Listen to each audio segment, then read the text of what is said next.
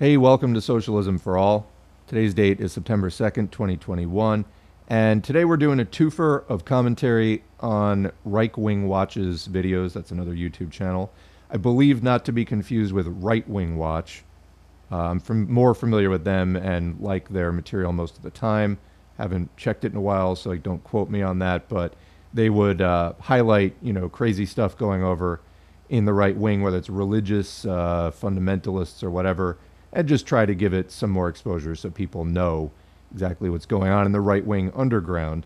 Right Wing Watch, I don't know what this is, but I just commented on one of their commentaries just now.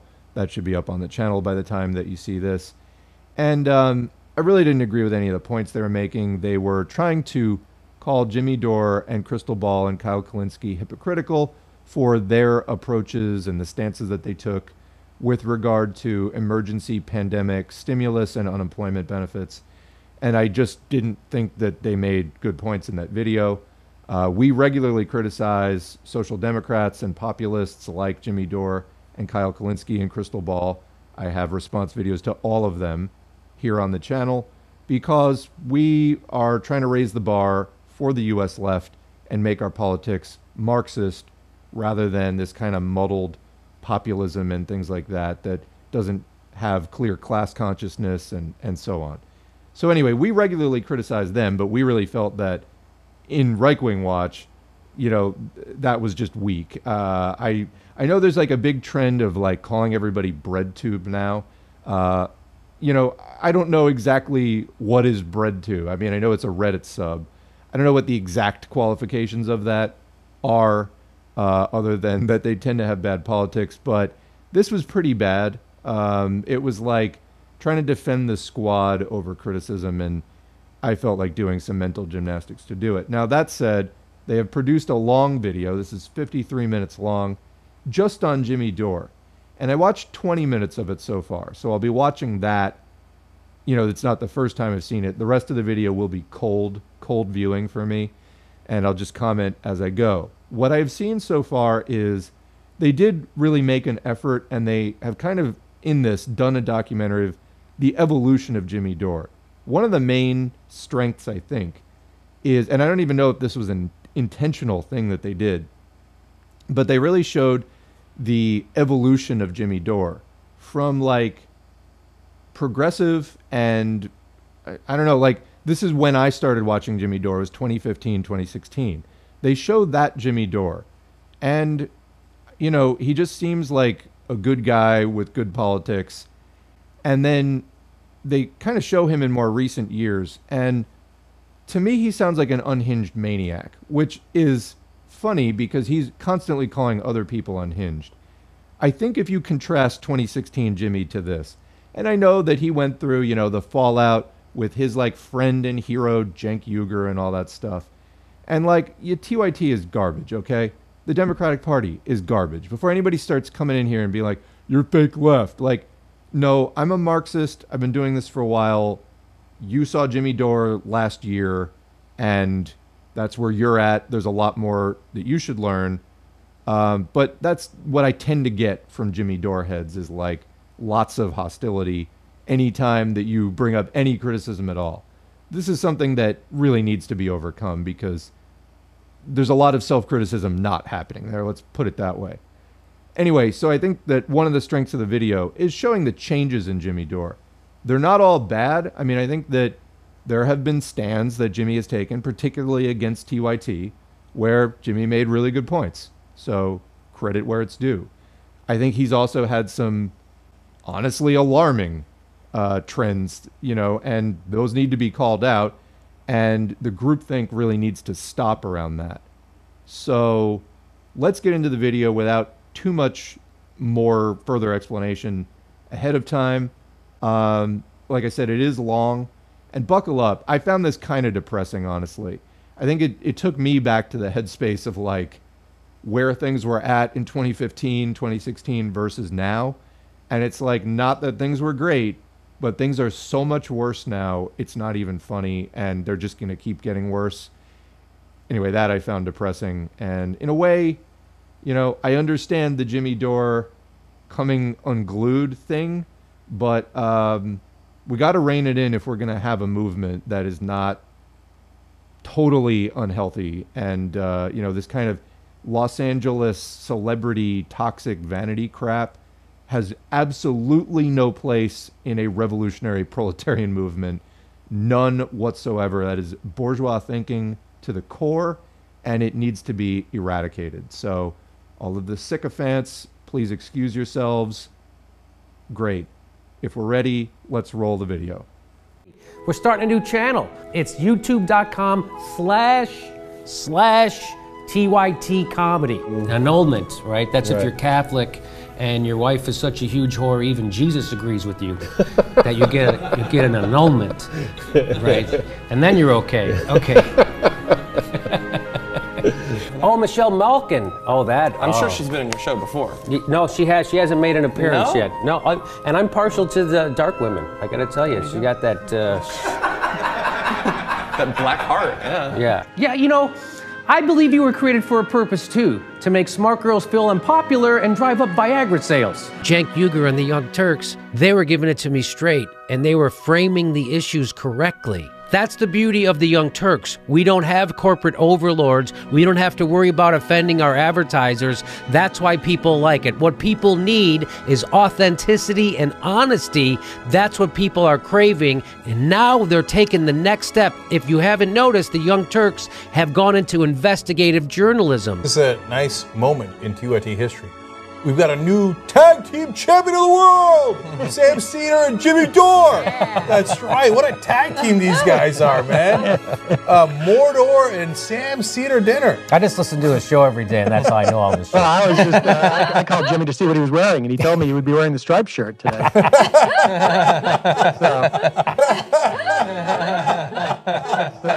All right, so that is funny as far as, the honeymoon period here and appropriate background music, between Jimmy and TYT and Jimmy and Sam Cedar. If anybody knows the animosity between those two for years now, they've been going at each other's throats. As far as, the jokes that Jimmy was telling, yeah, those are trashy and bad. It's 3 examples of trashy and bad jokes. We'll be analyzing Jimmy's politics a lot more than his abilities as a comedian. I just personally, and this is just me personally, I never really found him very funny. I have looked at him more as, somebody who has steered people away from TYT and the Democratic Party, which I support. The fundamental task of the U.S. left is to break from the Democratic Party. Democratic Party has been co-opting people for just such a long time, and we need to stop that. But we also don't want to veer into right-wing populism. This is why we do Marxism, which there are principles and theory, and you can study it, and it will keep you from making disastrous fuck-ups, which unfortunately, from this hopeful and optimistic Jimmy Dore, the honeymoon period, I think that there's been quite a decline. Jimmy's been right sometimes, and he's been really wrong other times. Let's keep it rolling. I predict on June 7th, Bernie will overtake Hillary Clinton with the lead in delegates on June 7th. Okay. June 7th, Bernie overtakes Hillary Clinton. Do not believe the mainstream news media or even jagoffs on cable or who are on the internet telling you that. Believe me. I accept your nomination for President of the United States. Okay, first of all, I'm not sure I ever need to see Hillary Clinton's face ever again, but there it was. This is, of course, the big turning point, is how Jimmy handled the Hillary Clinton nomination. And I'll tell you, for me, I was immensely disappointed with Bernie Sanders. When you are a political figure who has been an independent for most of your career, and you have spoken in the past about the need for a Labor Party of some kind, and you can fill stadiums. Like, if I could go out right now and fill stadiums, like, oh, S4A is going to speak, blah, blah, blah. Guess what? I would start a political party, and I would not hitch my efforts to the tail end of a bourgeois party like the Democrats. That's just such a losing strategy. So Bernie really badly failed in 2016 to break from the Democratic Party. Even to say, okay, hold your nose and vote for Hillary, but in 2018, we'll be starting a new party and we'll be running people in 2018 and we're going to be coming for you. And then we'll see you in the presidential election in 2020. Something like that could have been another positive step potentially for people to get involved with and do something useful and keep developing, sharpening class consciousness. Of course, that didn't happen. So for me, you know, I went into Marxism and eventually started doing this channel. Jimmy, I think, spun out and really didn't know what to do with himself. So this is, of course, the breaking point. And we start to see the struggle that he's having with the TYT people and with Sam Cedar, who's about to give some really bad, you know, pro-Democratic Party, quote-unquote, shit-lib talking points. And yeah, I don't agree with this. But anyway, let's roll it. We have a Supreme Court that is going to be moved to the right for generations. In the I disagree meantime, with you on that. I mean, you haven't given me an argument that rebuts what I said. and what about when Justice Breyer or Justice Ginsburg pass away or retire? Yeah, I mean, so they're going to filibuster. They're gonna prevent 2 vacancies from being filled, and then you think based on that in the context of American society as you know it, without a presidential election going on, that the Democrats are going to retake the Senate, even though they have twice as many people up for re-election. Ben Howe is telling people, his conservative friends, to vote for Hillary if they care about the safety or the life of the Republican Party. You think Donald Trump would have okayed the Keystone Pipeline? Yes. Me too. Do you think Donald Trump will do that when he gets into office? Yes. I think he'll do all the bad things you can think of. Well, it's a risk assessment, right? So right now, if my choices are Donald Trump or neoliberal, warmongering Hillary Clinton in bed with Wall Street frackers and the big pharma, I'm going to say the risk, I'll take that risk of Donald Trump destroying the Republican Party. It's not like the Republican Party is going to say, oh, what's become of us? I mean, look at the way they're reacting now. You can vote for Hillary Clinton. I'm going to vote for the destruction of the Republican Party. Fox News. So before it goes on, I think that this was Jimmy's first mistake. I mean, Sam Cedar, like I said, is using all the standard Democratic establishment, whatever you want to call it. Like, okay, let's just even back up a step from that. And that goes into the criticism here. Capitalist government has capitalist parties in it. The Democratic Party is a party of and for capitalists, and the Republican Party is a party of and for capitalists, and the Libertarian Party is a party of and for capitalists. And then the Green Party, I think you maybe have a socialist wing and more of a befuddled, like, aging hippie populist wing. Anyway, the point is that when we as Marxists look at the U.S. government, that's not for us. Our prerogative is to destroy the capitalist state apparatus and then replace it with an entirely new government system.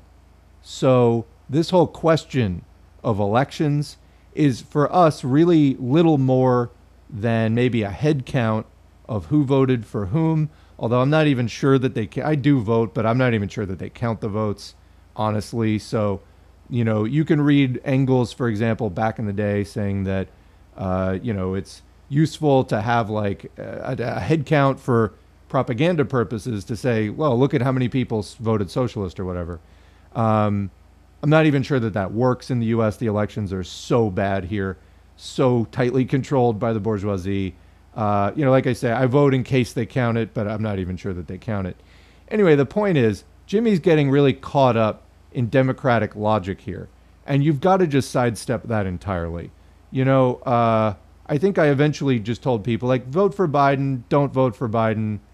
I'm not sure it makes a difference in the end, because they're just going to do what they want. And no matter what, we're in capitalism. The 1% is in control. No matter which political party, no matter which political servants of the 1% are in power, you're going to get things you don't want as a worker, and that has just been the case for decade after decade now. Bottom line, So trying to say, this is the most important election of our lifetime. The Democrats have literally said that every single time.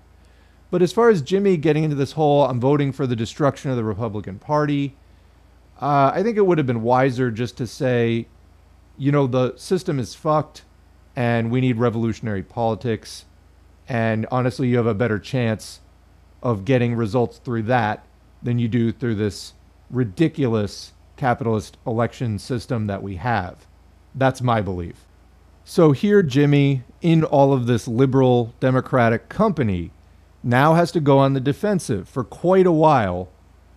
And he really, I think, struggles to defend his decision not to support Hillary. And he's a little vague on whether he's voting for Trump or not at this point. But yeah, I think just you're going to suffer when you get caught up in that Democratic Party logic. They're great at manipulating you and guilting you. They do absolutely nothing for people with their power. They work hand in hand with the Republican Party that they love to scream about so much. And I mean, rightfully so. 10,000 year moratorium on voting Republican. Don't support the Republican Party, obviously. But Democrats just, there was a time when the labor movement was involved with the Democratic Party, and you got some actual sort of class-centered politics. That was a long time ago, and any vestige of that really is just kind of, illusory at this point. We're talking like really just a phantom of what it once was, so don't buy into that. Anyway, we now begin the unfortunate tailspin. Decision Desk has called Pennsylvania for Donald Trump. This means that Donald Trump will be the 45th president of the United States. We handed almost unlimited power to a fascist wannabe. Buckle up. So are you not deeply, deeply concerned about that? Yes, of course I am. I mean, we warned them, the country has to come together now. The left is going to be united. The left is going to be united. The left is going to be united, maybe with independence. So although I'm sympathetic to the outcome, I didn't support Hillary Clinton either. It looks like Jimmy is stumbling here, like I said, to defend this position against, Cenk and the shitlibs, etc. People who, in the end, will just do whatever the Democratic Party wants. They're not really for working people. Cenk was a Republican for a very long time. None of that's for me, that's for sure. But we look at Jimmy starting, I think he doesn't have a clear picture here of what comes next. He's like, well, the left will be more united. I mean, certainly we have been working on building the left during this time. And yes, the imperative is clear to ditch the Democratic Party and to resist their further efforts at co-opting the left, which they've been doing for the longest time.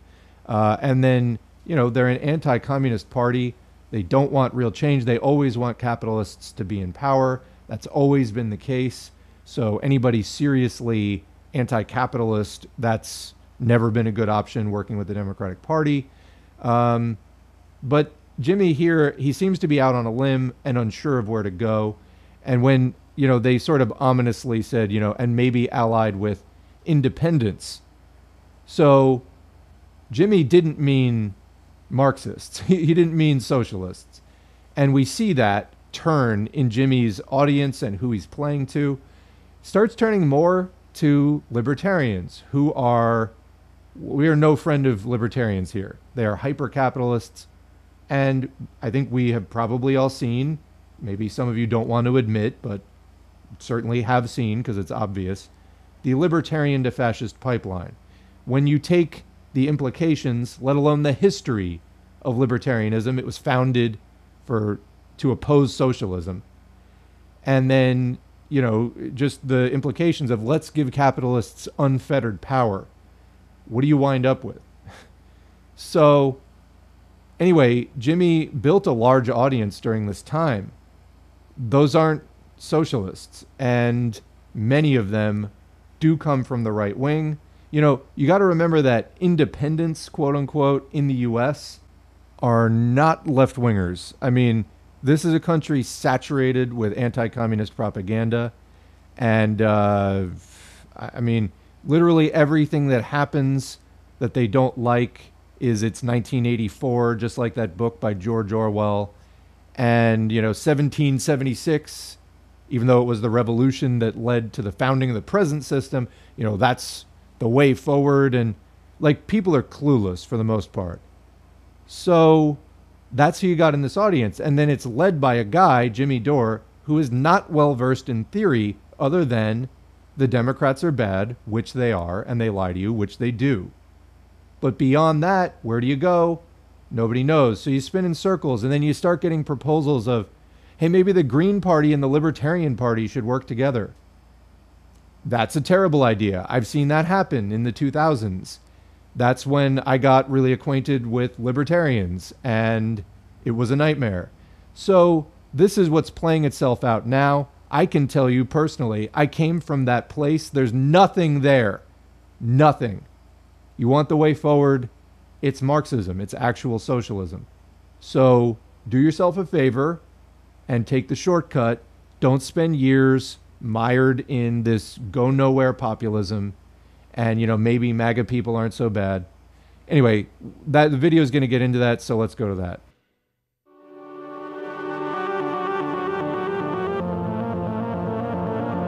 Okay, quick comment actually on the title of this video. This channel, Reich-Wing Watch, that I'm commenting on, a few years ago did a video called The Alex Jones Deception. So they clearly were aiming for the same kind of format here. I'm going to say right now, I don't think that the Jimmy Dore story and the Alex Jones story are the same story. I don't think that they really are the same kind of people. Alex Jones was never coming from anything vaguely progressive or left-wing in his background. He was always in that like far-right Christian libertarian thing from the get-go. And I can also tell you from having participated in that movement myself, before I realized it was a giant mistake, even though it seemed at the time like that's where the action was and where the people were. No, it's a giant mistake. I did participate in the right-wing populist movement in this country, and all those super patriots and people like that, fucking sovereign citizens and like the insane far right, they always thought that Alex Jones was like CIA or something. I think Alex Jones has admitted his like dad worked for the CIA or something. So Alex Jones is an interesting story. Not everything Alex Jones has ever said is wrong. But overall, what it adds up to is a giant ball of shit. I think it's a different story. Like I said, the Jimmy Dore that I see started out kind of an honest person, maybe a little sleazy. I mean, that's just my personal assessment, just of showbiz, I think, generally. But whatever. Politically, putting that aside, seemed like a well-meaning enough person, I think as we're about to see in the next clip, who, once he bailed out of the Democratic Party and the TYT sort of progressive Bernie left, did not know where to go, and then also had this big show to keep afloat, which is apparently his main source of income. And how do you do that? Where do you get people from in this time when Donald Trump is president? Well, like I said, I've been there. I've been in the populist world in the US. It's a fucking cesspool. And for me, I was like biting the bullet and trying to work with the libertarians who inevitably try to worm their way into every single goddamn fucking movement in this country and just basically are leading people towards fascism. I've been there. I've seen it. Jimmy is not repelling those people. He is getting sucked into that, and it is emboldening a horrendously anti-socialist and reactionary movement in this country. People will not realize this until it's too late. And they'll turn around and they'll go, oops. Well, I don't know. I'm trying to warn you now. But yeah, I think it's a different story. There may now be money involved with Jimmy Dore. I think that there probably was with Alex Jones from the word go. I don't think Jimmy Dore started out that way. But let's watch. This really gets depressing.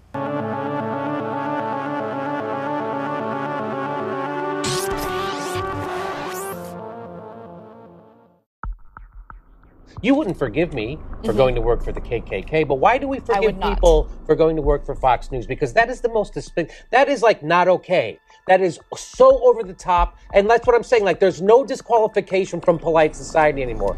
Welcome, Jimmy Dore, you extremist. Mexico has helped its citizens to break our federal laws. It's done that for years. That's what it looks like when a hostile foreign power interferes in your democracy. They don't buy Facebook ads that nobody sees. Why would they? They try to change the demographics of your country. White nationalism. Let's be literal for a minute. What is that exactly? I don't even know what white nationalism means, and I'm not going to go down that rabbit hole with you now. Why doesn't anyone ever define white supremacy? What is white supremacy? Can somebody tell us in very clear language what a white supremacist is? Well, no one's going to go, hey, that racist shit I saw, because they do it every day. And now they're just accepted in mainstream culture. And people work at Fox News and then go work at normal places. My family watches Tucker Carlson's show once and then watches it on the replay because they feel that he is making the white nationalist talking points better than they have. And they're trying to get some tips on how to advance it. If you were to assemble a list, a hierarchy of concerns, of problems this country faces, where would white supremacy be on the list? Right up there with Russia, probably. So yeah, 2 points. One, if watching cable TV had been a thing back in Nazi Germany, I'm pretty sure that's exactly what it would have looked like. And then point number 2, see that Jimmy Dore sitting there talking very reasonably about Fox News, that's the Jimmy Dore I used to watch. That's the Jimmy Dore I could root for. What happened in 17, 18, 19 was a much bumpier ride that large parts of which I didn't agree with. And again, let me remind you, I was there back in the 2000s, before like the, YouTube alt-right pipe, before alt-right was even a term.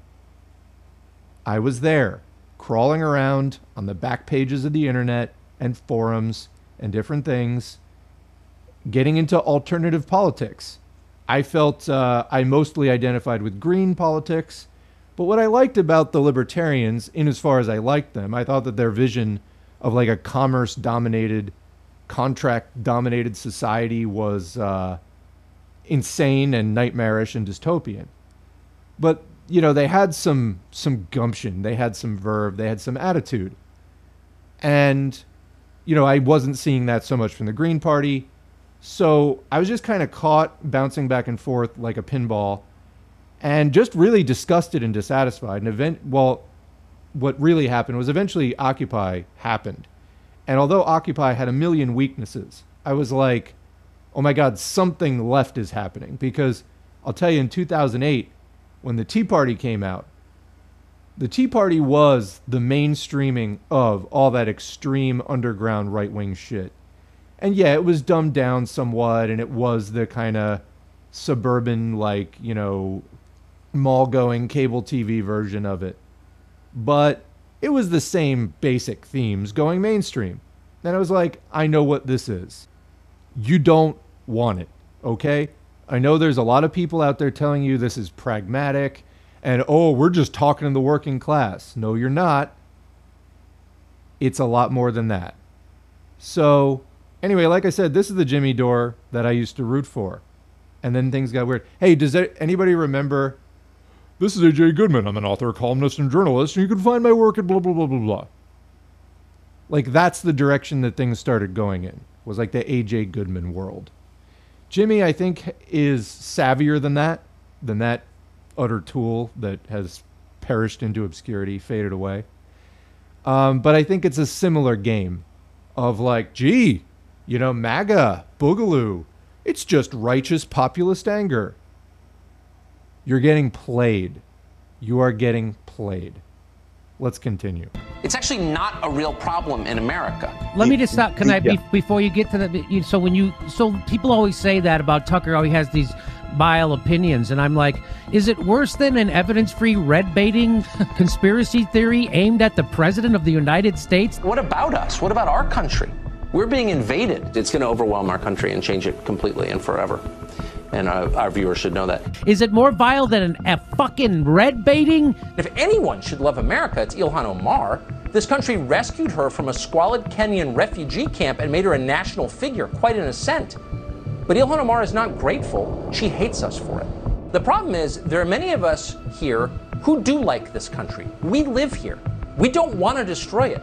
We have every right to fight to preserve our nation and our heritage and our culture. That's not okay that you can start your career at Fox News or go there in the middle or end up at the end and then go to CBS or go somewhere else. That's not okay. And I think we should shame people who need to make money from racist organizations like Fox News. That's what identity politics is. It's a big diversion. And the joke I say, you know, if it was 1860, the Democrats would be bragging about their first transgendered slave owner. How precisely is diversity our strength? Ilhan Omar is living proof that the way we practice immigration has become dangerous to this country. Why is Tucker Carlson doing a better job than Amy Goodman?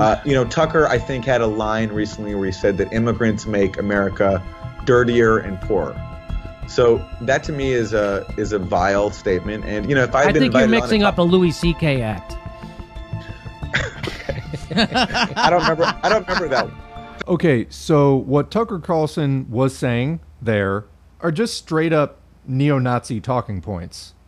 And if you don't think that they are, you're in denial of what neo-Nazism is. Or maybe you just don't know. Those are straight up neo-Nazi talking points. And Jimmy Dore, who clearly does know better, as we can see in that older clip from 2016, he knows what that is. And then he is running cover for Tucker Carlson. Why? Is it just, oh, he came around? No. Jimmy was casting doubt in that clip on the very notion that Tucker Carlson has vile ideas. Yes, he does. They're neo-Nazi talking points. Aaron Mate in that clip was very right to call that out. And then Jimmy said that horrible, again, I don't find Jimmy funny, really, when he tells jokes. So, no, I think that was a Louis C.K. bit. What? That was pathetic. That was like the lamest attempts at a defense ever. That was terrible. That was horrible. But there you have it. How did we get from there to there, and how much money exactly was involved? Or just, is this truly, like Jimmy always likes to say about other people, Trump broke their brain. Is this just truly what not reading any theory does to a person? What is going on? There's going to be other examples here. Continuing. Fascism is a very real danger. There was nothing that occurred like January 6th in the history of the United States. Oh, so except Jerry,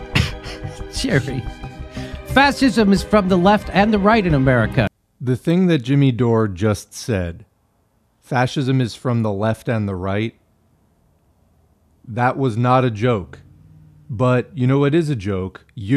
If you listen to somebody who thinks that, if you are taking that seriously, you're a joke. That's a ridiculous mangling of an understanding of fascism. And by the way, I did a video on this segment right here, which he, for some reason, is proudly replaying. Maybe he's just a masochist and just enjoys the cringe or something. But he's talking to Jerry White, who is a communist. Okay, he's a Trotskyist, fine. That is a lower form of communist, in my opinion. But I would take 1,000 Trotskyists over this. The guy, Jerry White, of World Socialist website, at least had the wherewithal to say, hey, you just interviewed a Boogaloo boy. Boogaloo boys are a libertarian crypto-fash militia who want more capitalism. What the fuck is wrong with you? And Jimmy Dore decides to do an entire segment. His ego is so wounded by this that his next guest would actually criticize him, that he had to train his audience to try to hate this guy. I mean, come on. That's pathetic, and it's entirely ego-driven. Let me show you something. This is a video, I'm going to interject here, that's not from this documentary. But this is Kyle Rittenhouse being greeted on the night that he became a murderer as, "What's up, Boogaloo boys?" And the answer is, "Woo!" Listen. How you Boogaloo boys doing? You guys got milk? Woo!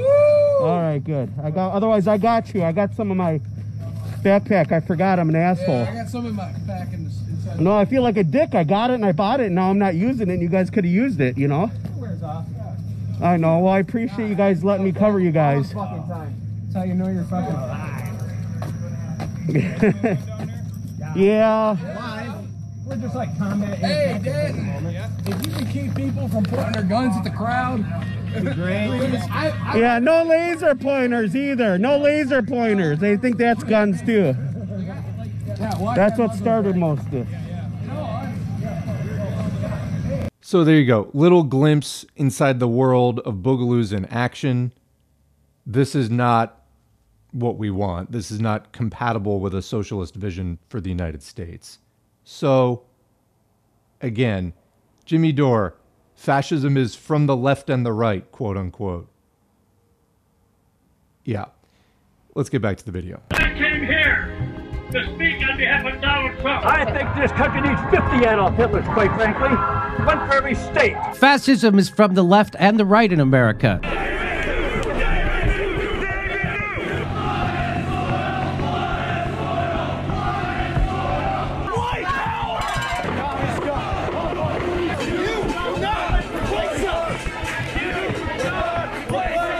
Is this every lesbian clergy member in America in one place?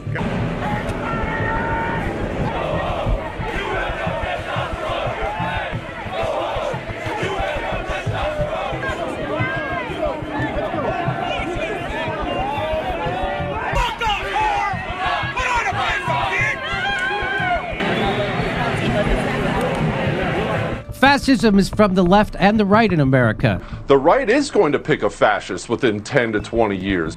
That's so well put, and you're absolutely right. We're moving toward actual extremism because they're undermining the system that kept extremism at bay. And I don't think we can say that enough. I'm so glad that you just said it. So this is, again, what's wrong with the left. They have this authoritarian streak. They want to control other people's speech. They think censorship is good. And to show you that people like Neera Tanden are actually pushing fascism. They're the danger to journalism. Guess what? Neera Tanden isn't the left. If you think she is, you're a fucking moron. This may be the funniest joke of Jimmy Dore's entire career. So, why would you listen to this idiot? He is standing there gesturing at the screen like, wow, Tucker Carlson really gets it right, huh? Never says a word about all the other shit he says. And when somebody else like Aaron Mate brings it up, he dismisses it. How much money's involved? Or is it just truly political confusion? Continuing. I'm going to open up our libel laws so we can sue the media. Presidential candidates don't ban news outlets and threaten to sue them once they become president. The Young Turks continue to melt down, and so I think the Young Turks feel like they've painted themselves into a corner, and now they got nothing else to do except just swing at everything. He sounds like Bill O'Reilly. Again, Tucker nailing it, everyone else lying. Tucker Carlson holding the politicians' feet to the fire. Because I've showed people that Cenk Uygur smears Julian Assange, smears Aaron Mate, is on the take. I don't know why people have such a hard time with the idea that neither Tucker Carlson nor Cenk Uygur is in the right about a lot of things. In fact, I know that Jimmy knows this concept because he used to say it. I know because I used to watch him. He would say, in the Hillary versus Trump, there are no good guys. Well, same situation. But Jimmy, making his living off of this as he does, needs that audience. And so he's got to pick a side, and it's got to be something, because if you do what I'm doing, well, that involves actual sacrifice and building, and all the other small channels like this that actually stand for something other than just trying to ride the blowing breeze of populism wherever it will take you.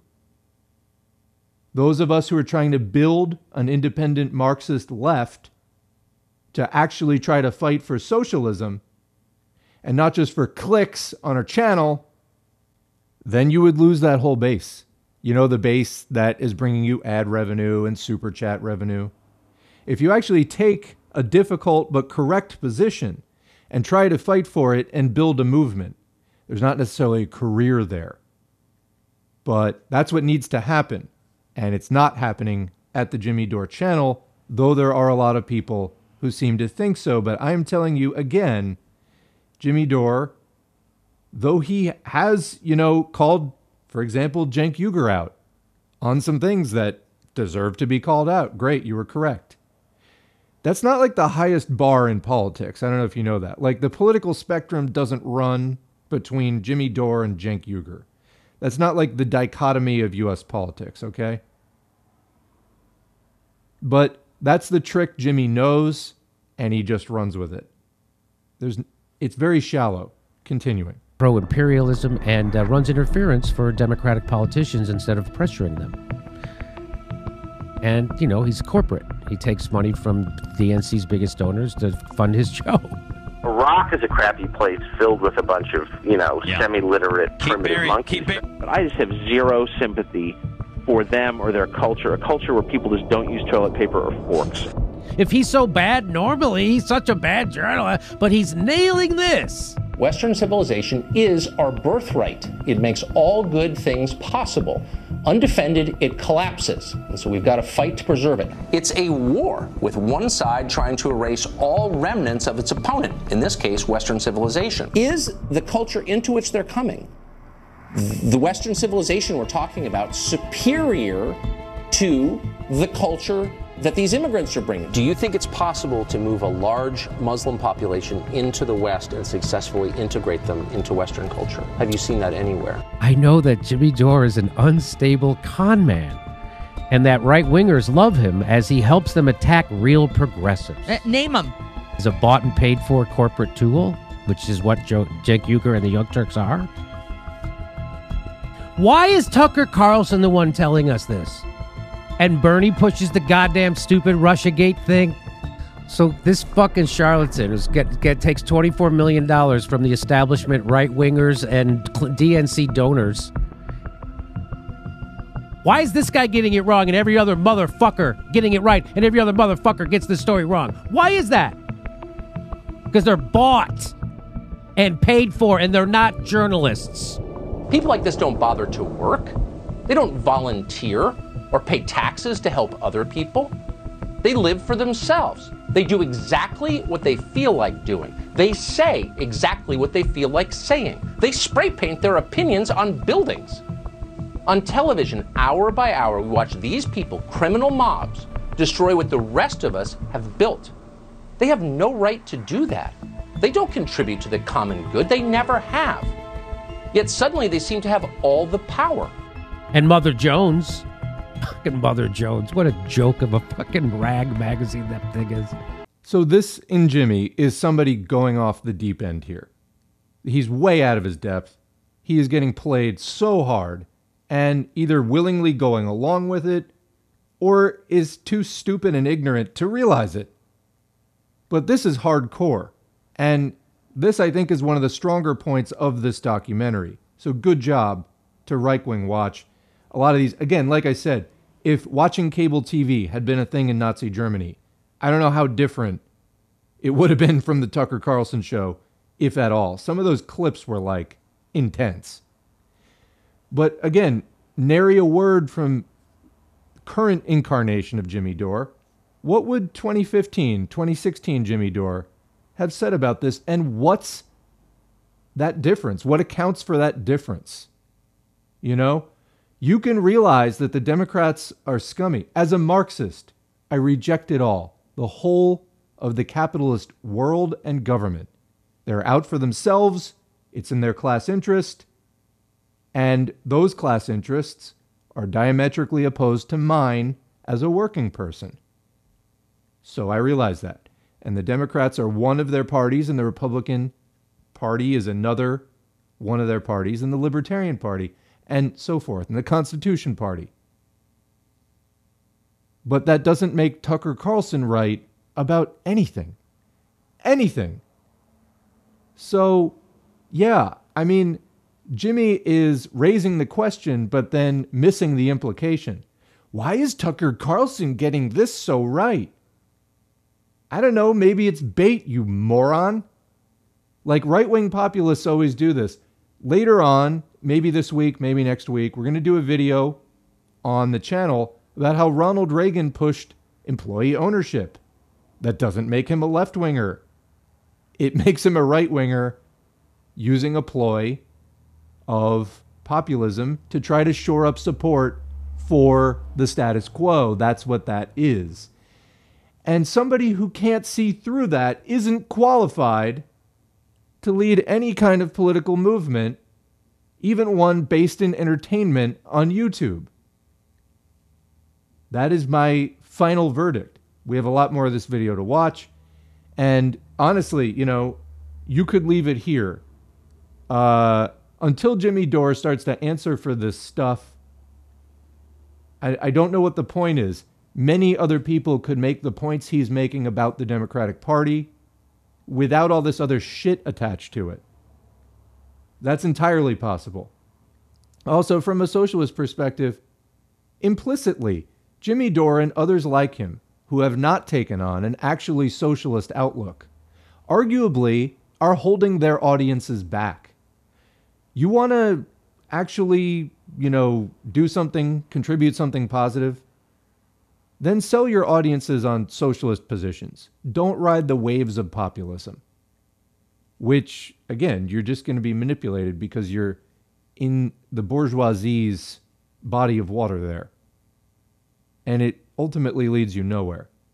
Okay, Jimmy Dore is opposed to some of the right things, you know, war and the banks.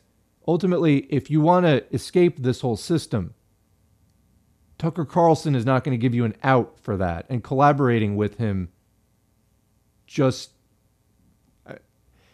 I mean, you complete that sentence, you and the audience, you complete that sentence. So anyway, this video goes on. We'll keep watching. There are some weak points. I know it goes into some defenses of the squad in the Democratic Party. This is highly unfortunate, but we'll see. Like I said, I watched about 20 minutes of this. We're getting up to the part where I stopped watching, but let's continue for now. They're all frauds. They're frauds. And why he's allowed to tell the truth about this, I still don't know. I hope I can bump into him someday somewhere and ask him. Picked a side, and he can't be trusted. That's Cenk. So there you go. You want to know about Julian Assange? You have to go look up this show or Tucker Carlson.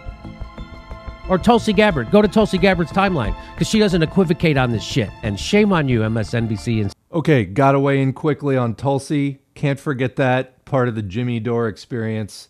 Tulsi fucking Gabbard and her army of Tulsels. Honestly, just some of the creepiest fucking people I have ever had the displeasure of meeting. Just, anyway, it's like just the spiraling. Okay, I get it, Jimmy, you're mad at Bernie. That doesn't make fucking libertarians right, okay? I get it, you're mad at Cenk. That doesn't make Tucker Carlson right. I get it. I think Bernie failed in major ways. I think Cenk is slimy. Yeah, I get it. But these are still not solutions. And you're not listening to people trying to correct you. And you have an audience of almost 1 million people subscribed to you. And this is a problem. If you want to take any responsibility for that, admit you're out of your depth. You definitely are. CNN, shame on you.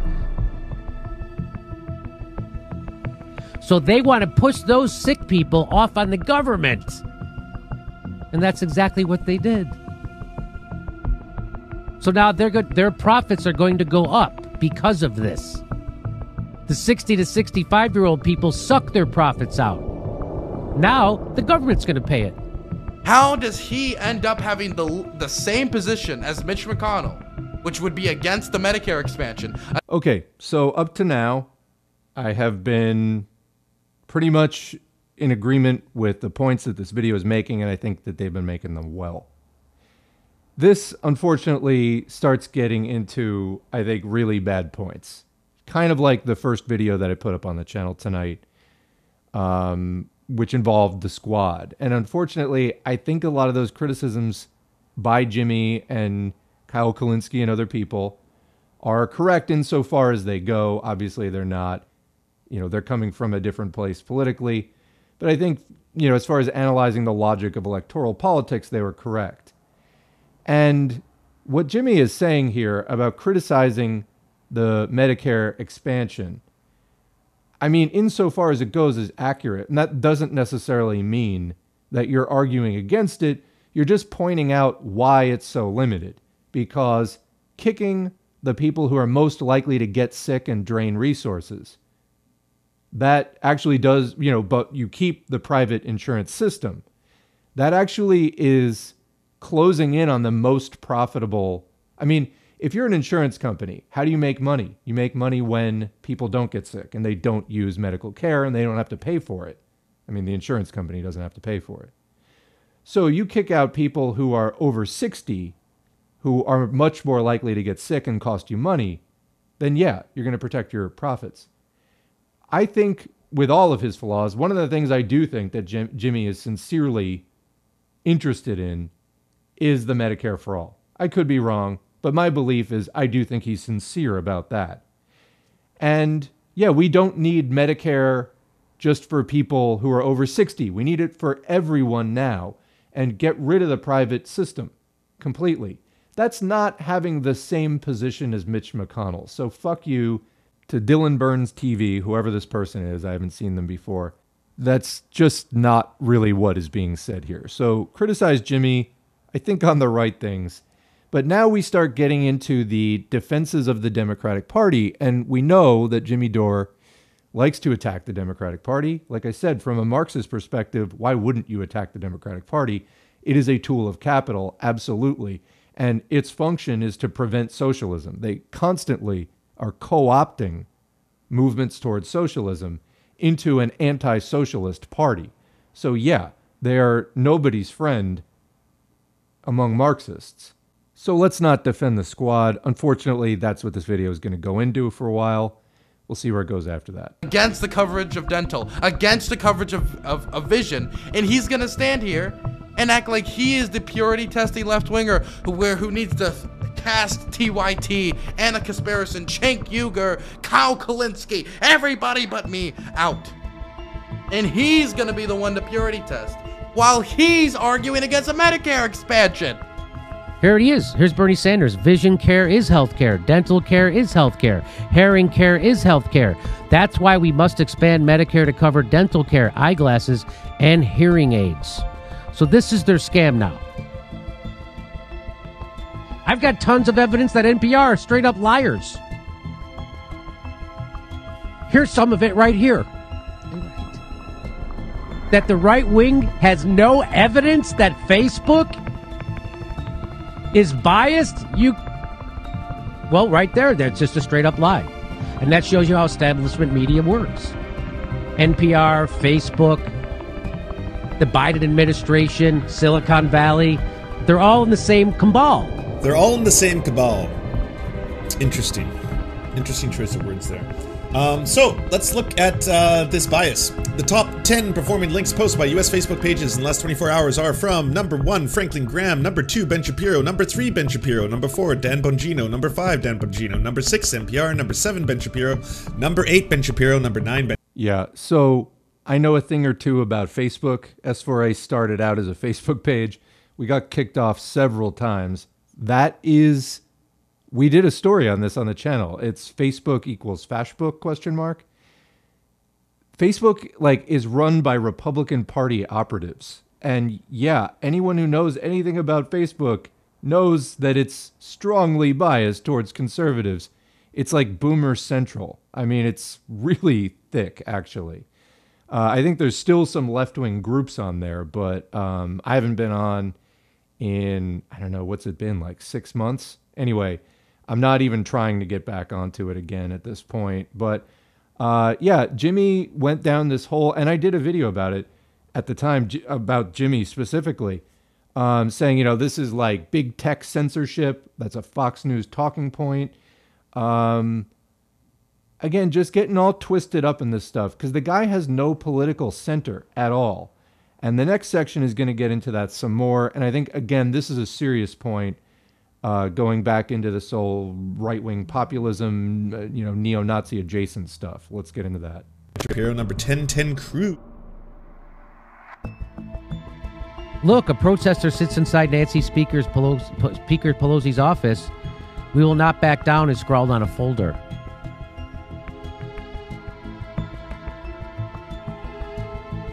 That guy probably get more done for the people than Nancy Pelosi did. I'd like to see what that guy would do. I would let him be speaker for a while. $1,200 was already a joke. $600 is just begging for riots. So do you think those people would all be rioting if they had $2,000 in their pocket, or if they just got their fifth $2,000 check? We're all going to be up here, and we're going to be breaking those windows. The day before, on January 5th, Ryan made it clear she was delighted to be heading to D.C. on a private jet.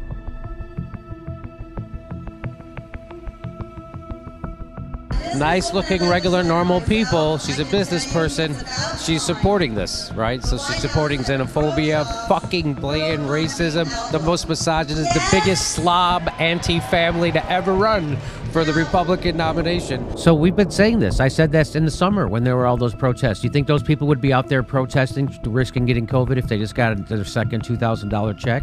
Do you think these people would be doing this if they just got their fifth $2,000 check and they thought the government was actually on their side? So here comes a really serious flaw, and I think this one might actually be fundamental to what's wrong with Jimmy Dore's political outlook. He thinks that a lot of the MAGA people, he buys into the economic insecurity thing, and he does not understand the class character of that movement. You heard that woman went there on a private jet, and Jimmy's asked, I mean, yeah, okay, that's one person, whatever. Then we've also got the, self-described white supremacist ready for a violent death. Jimmy's like, yo, let's give that a shot. I mean, that's basically his default stance now, is like, I got mad about Hillary Clinton, and now let's, just entertain anything that the fascist right wants to do. This right populist fucking cesspool that is there. Well, do you think that if they were getting $2,000 checks, they would have staged the insurrection? Yes, I do. Because these were the same people who were staging armed protests for reopening at the beginning of the pandemic. They are small business owners. Yes, $2,000 is not enough. Yes, I do think that they would still be staging their insurrection. Why? Because they're used to making $10,000 a month or $20,000 a month. They don't want $2,000 to keep their business closed. They were making a lot more money than that. Many of them.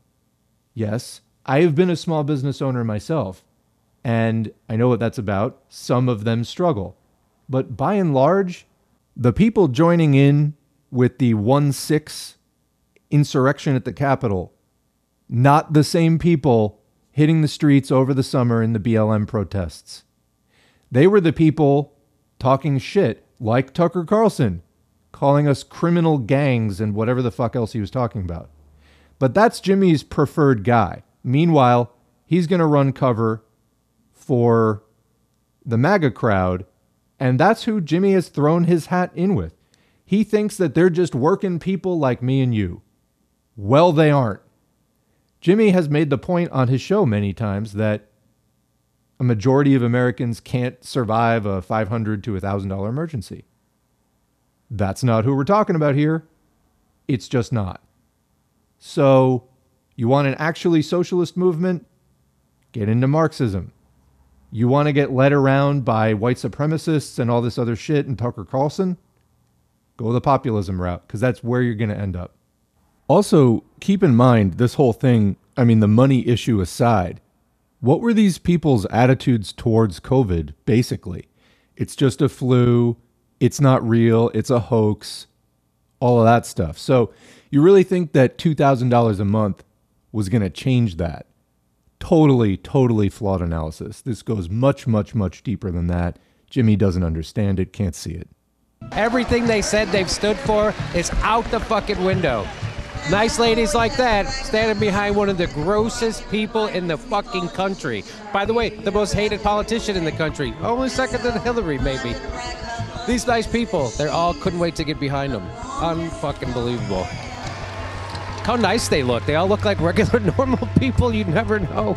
These fucking middle-aged white women who look like they should be teaching fucking Sunday school. And here they are, cheering on the biggest xenophobic, racist motherfucker I've ever seen in my life.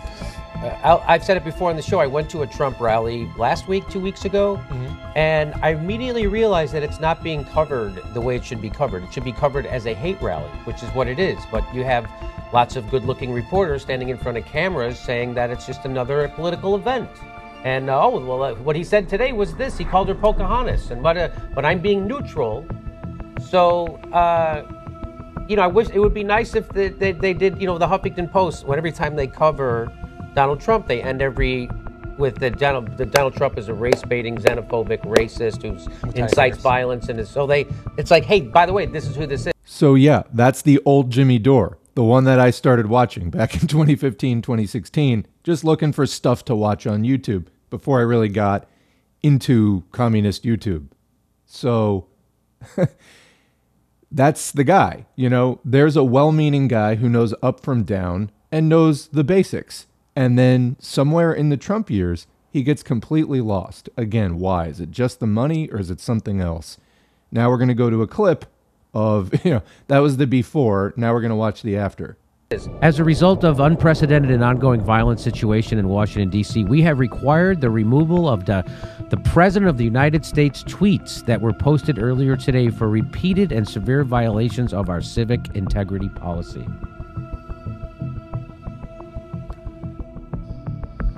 I don't know what to tell you, but that is a little chilling. I don't care what he's tweeting. Clearly not, but I mean, in the context of 1/6, which I don't think is the worst thing that ever happened in the country, I do think that it is alarming, though. I mean, clearly Jimmy doesn't care, but it's just amazing to me, like the before and after, when you look just at 5 years ago, the stark contrast. I mean, is this the red pilling that people talk about on the right? Did Jimmy take the red pill and this is what it did to him? Where he's, the president of the United States helps to incite a riot at the Capitol building involving, breaches of U.S. government security. I mean, whatever you think about that, are you surprised that there was a response to it? It's bizarre. It's just utterly bizarre. Like, this is big tech censorship. That's what you came up with out of all of this? That's what you got? That's a Fox News talking point, literally. So I did a story about that at the time, and people were like, you're for big tech censorship. I don't, what is wrong with you? I've said it in the other video. People who are like hardcore Jimmy Dore fans need to understand you just emerged out of the neoliberal ruling consensus mindset. There is so much more you need to learn. And these knee-jerk takes that are straight out of Fox News, it's just contrarianism. You're not even thinking about it. You're not thinking at all. And then I have thought many times over the years when Jimmy is railing about deplatforming of horrendous people, I've, often thought, is he just worried that he's going to get deplatformed? Is this just utterly shallow self-interest in terms of he has, just all of this money riding on his news comedy entertainment channel? I've thought that many times. I don't think that this really is principled at all. And to the extent that it is principled in a political sense, I mean, what are the principles here? Just, free speech absolutism? We have talked about that on the channel before. It's a ridiculous concept. So anyway, I hope you're starting to see some of the limits of this brain dead populism, but let's continue. I think that this is the part of the video where Reich-Wing Watch starts doing some of those really sad defenses of the squad that they did in the previous video. So we may have to suffer through some of that. And I think that this is about the point in the video that I stopped watching the other day. So this will be new on me from here on. Really, you never had a plan of, hey, just in case something happened, we would be able to protect the officials already in the building, plus protect the building. No plan? No plan. Just like the Justice Democrats when it came to forcing the vote, they had no plan. So the idea that we have progressives inside the Democratic Party, it's actually more deleterious to the progressive movement to have them there. Just when it came to using their leverage, the Justice Democrats, they had no plan. And they still don't have a plan. But one of the more fracturing and extremely divisive debates in recent memory occurred over this idea called force the vote, which sought to pressure progressive congresspeople into using their leverage to essentially threaten Speaker Pelosi's reelection, and as a result, potentially get some policy concessions, or at very least a floor vote on Medicare for all. If you paid attention at all to this debate, did you have an opinion on the strategy? And do you think that elected progressives, congresspeople like Alexandria Ocasio-Cortez or Ro Khanna, who believe in policies like Medicare for all and a Green New Deal, have a responsibility to be fighting to push President Joe Biden and his administration even harder by using their leverage in instances like this, or to hold up key bills in order to get policy concessions? Okay, that was an incredibly long question. Before Noam Chomsky answers, they used a similar clip to this. I do not like Noam Chomsky. Similar clip to this in the past video, and I gave the same answer then. Noam Chomsky, I think he calls himself an anarchist. He just comes up with liberal talking points every single goddamn time. Like when it matters on anything, strategically, he just always goes with the liberals every single time. And it's not right. He's incorrect in the positions that he takes.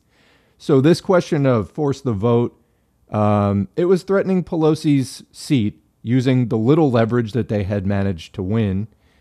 I guess, I supported force the vote. I saw this as like basically no risk, and you could stand to gain something, and use the little power that you've won to actually do something. Like, you're just going to wait and wait and wait and wait. I didn't see the point of that. So I don't think the squad is effective either. I don't know that I would go so far to say that it's deleterious to have them in office. They didn't show the full logic behind that statement in this clip. But before Noam Chomsky says whatever he's going to say, I've already made comments on that. Let's just get through that. But just so you're clear watching this commentary, I did support force the vote. That was about the time that I broke with Jimmy Dore. That was the last thing that I was on board with, because the next thing was the Boogaloo incident. But I guess let's listen to Chomsky, and I'll tell you why I think he's wrong again. Let's take a look at the real world, not a dream world, the world we live in. Suppose you manage to push Pelosi to say, let's have a vote on Medicare for all. And in the Senate, push Schumer to have it. We know exactly what's going to happen. 50 Republicans will vote against it. A large number of Democrats will vote against it. 2, certainly. Manchin and Sinema, probably plenty of others. So what we're saying is, let's do something to be defeated. Is that a strategy? So, first of all, Noam Chomsky is one of the most condescending, smug assholes in the world, maybe in history. And he's wrong. Yes, that is a strategy. Why? Because it's an overwhelmingly popular policy. Over 70% of people in the United States want Medicare for all. So it's popular, and you can absolutely use that issue to say, hey, a vast majority of the country wants this thing, and the politicians won't give it to you. And you can agitate on that. You can agitate people based off of that campaign. Also, there was a long struggle in Canada to get universal health care. It was opposed numerous times, so it's not a one and done thing. We're going to have to work up to it, and it may take repeated attempts of showing up how the system can't deliver what people want, which we, of course, as communists can use in our agitation, etc. But you don't risk anything. You don't stand to lose anything by doing that. And, so how do you get from here to where it can pass without agitation? How do you do that? This is nothing. This is defenses of the Democratic Party bullshit. So we're starting to get, I think, into some of the limitations of Reich-Wing Watch being more of a garden variety liberal, not a socialist. So let's continue. We can't even get a vote on Medicare for all. Well, here's a way you can get it. You can withhold your vote from Nancy. You use leverage, just like the Tea Party did. They're called the Freedom Caucus. They drove John Boehner crazy.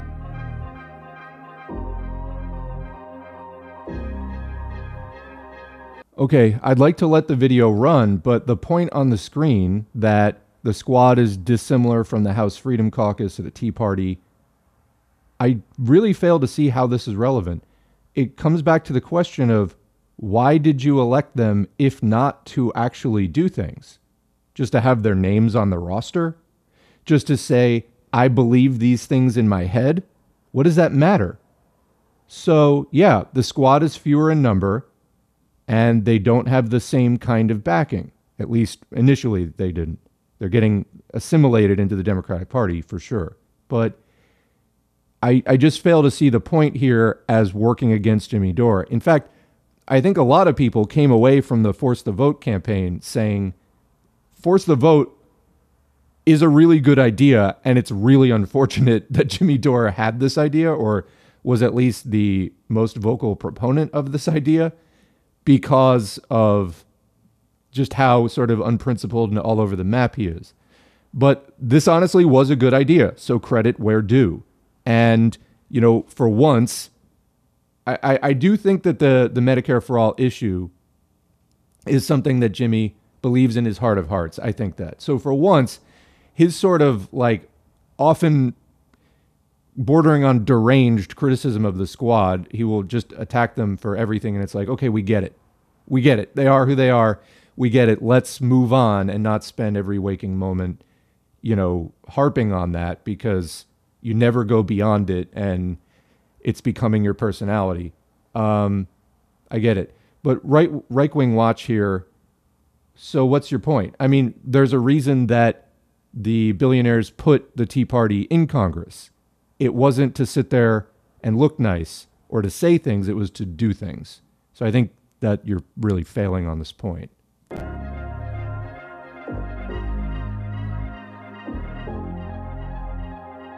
To the point where he stepped down because they couldn't pass anything without their votes, the Freedom Caucus. Same thing right now. All the leverage is in the hands of that squad, and they could use it, but they refused to do it. And so I made a push for them to do this. And it was obvious they didn't want to do it. Now, the thing that people have to understand is wherever you are, you need to be in those districts where we have Democrats and Republicans who are not co-sponsors of the bill to get people onto the bill. I do not want to have a vote on a bill that is going to fail. So I need to get more co-sponsors on the bill so that I am sure that we can win the vote, because it will set us back years if we have a vote that fails on Medicare for All. That will be the end of the movement, where people will say, see, we had a vote and we couldn't get the support for it. So I think that is a terrible strategy. That is not the strategy I want to pursue, because I want to win. I want to win. I want to get health care for everyone. I want to win too. What you're saying, though, Pramila Jayapal, is you want to win in one shot. Is that realistic? I would say no, it isn't. And as far as co-sponsoring, it means absolutely nothing. I did a video on co-sponsors of the Medicare for All bills here on the channel. It was early. I think I did it in May 2020 on the channel. And what we found by doing some content analysis is that of all the people we looked at who had co-sponsored those bills, either the House or the Senate, Bernie Sanders was the only one who ever talked about it. Everybody else, it was just lip service. It was for the sake of the Democratic primary. It was for the sake of appearing as a friend of that policy, when in reality, they did nothing for it. They never advocated it, ever. They never championed it. They never rallied people to it. Bernie Sanders was literally the only one who did. So, You know, we can criticize Bernie Sanders all day long. We can't criticize him for not speaking up for Medicare for all, at least back then, because he did, and no one else did. So this whole thing of, you know, we got to have the vote succeed on the first try, this is completely incorrect logic. And part of the force the vote strategy stated up front was it may not work at first, but we use it to agitate. And I agree with that, because if you just sit around and wait for something to happen, nothing will. And the people who do have power will do their thing. So total faceplant on this point. I couldn't disagree anymore. You know, and this whole thing about the squad having 6 members and being opposed by every power structure in society, that may be the case that, you know, the Democratic Party didn't like them at that time. However, they had the votes. They had the votes to hold it up. So that is just, you know, trying to revise what happened in that situation. They had the votes to do it. They didn't do it. And this, you know, it's like with Obama. I mean, I don't believe Obama was ever really, you know, progressive at all, let alone like, see, as a communist, I have to descend to a certain like level to discuss this sort of like bourgeois electoral politics. But even on its own terms, Obama clearly was never the person people thought he was, ever. He was much more conservative than his brand, you know, particularly as he was running the first time in 2008. But that was the excuse that he made. Oh, it's the Republicans doing this or that. He didn't try. He didn't even try. And it's the same case with the squad. It's just every excuse. They're all against us. Well, you're not even doing what you could do. You know, and again, it's like AOC said, bring the ruckus. We're going to, you know, fuck shit up. We're going to agitate. And then she promptly lied down. Bernie Sanders did the same goddamn thing. So this is a problem when people enter the Democratic Party.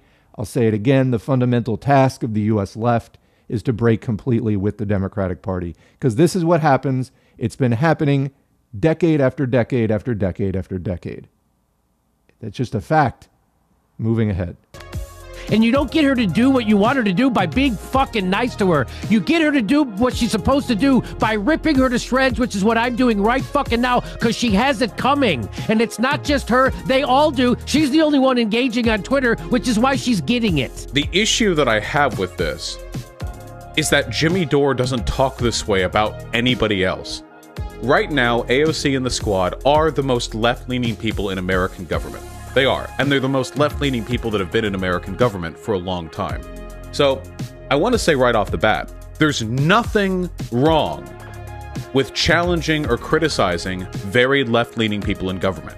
Jimmy Dore, I've seen Jimmy Dore's coverage of Trump. Jimmy Dore is one of those people who was constantly downplaying how threatening Trump would be because it owns the libs.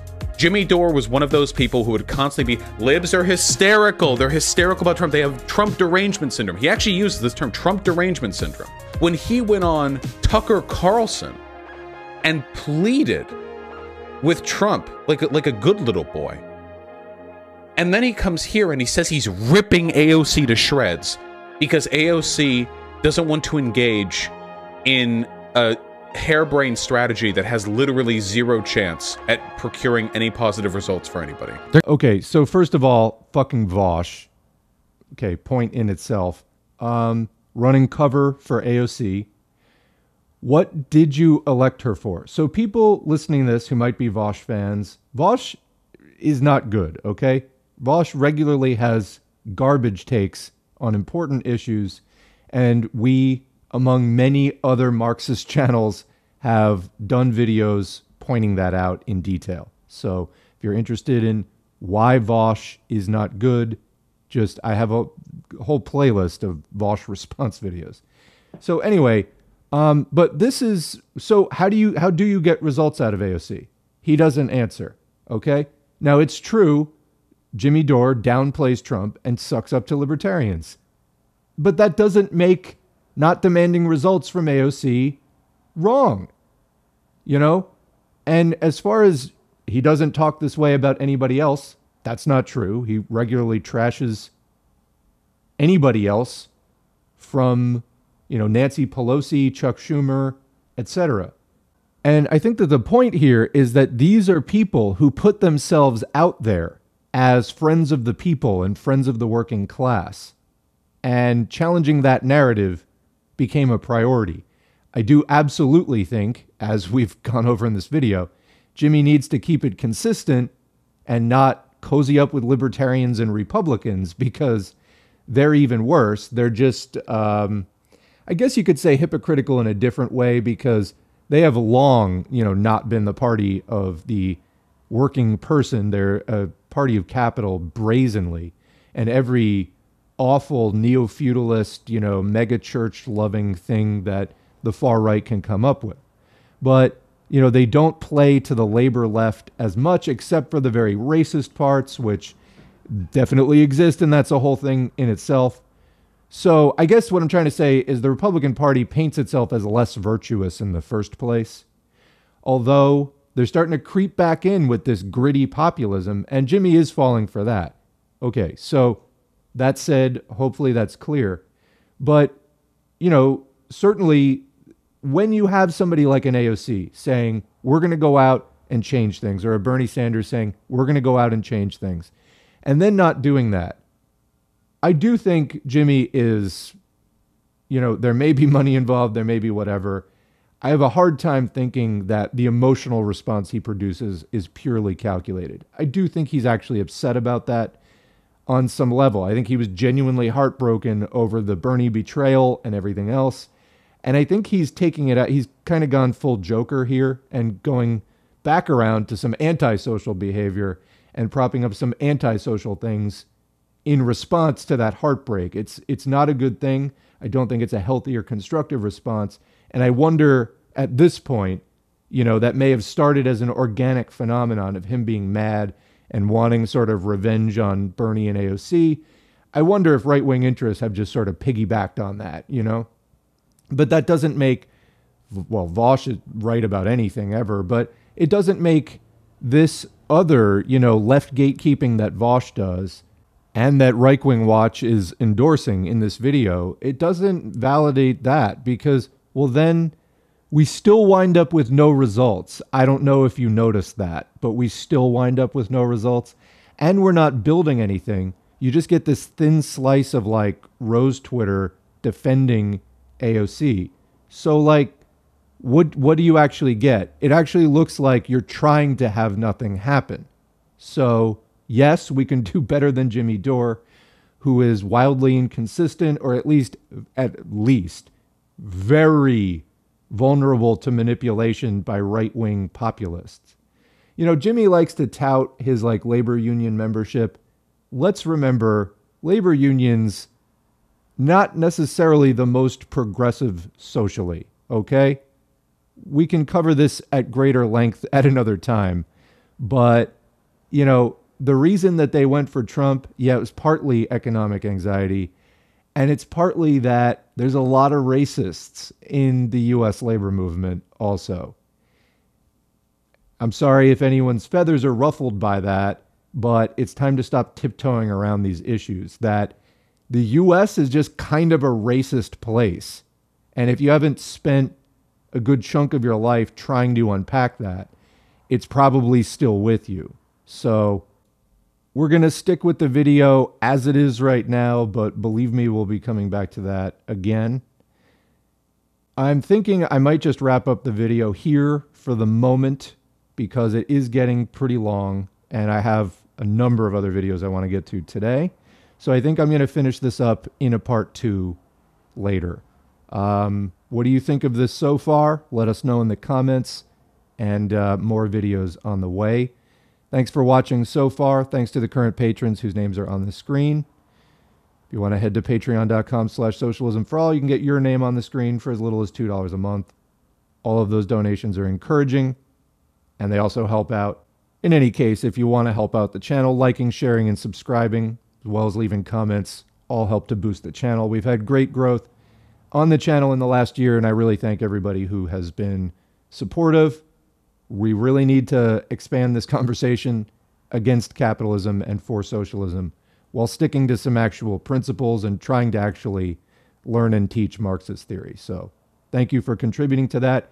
and for whatever you do in your online and IRL community to support your comrades, to support your community, and to advance the discussion of moving beyond capitalism. Thanks again, and we'll catch you in the next video.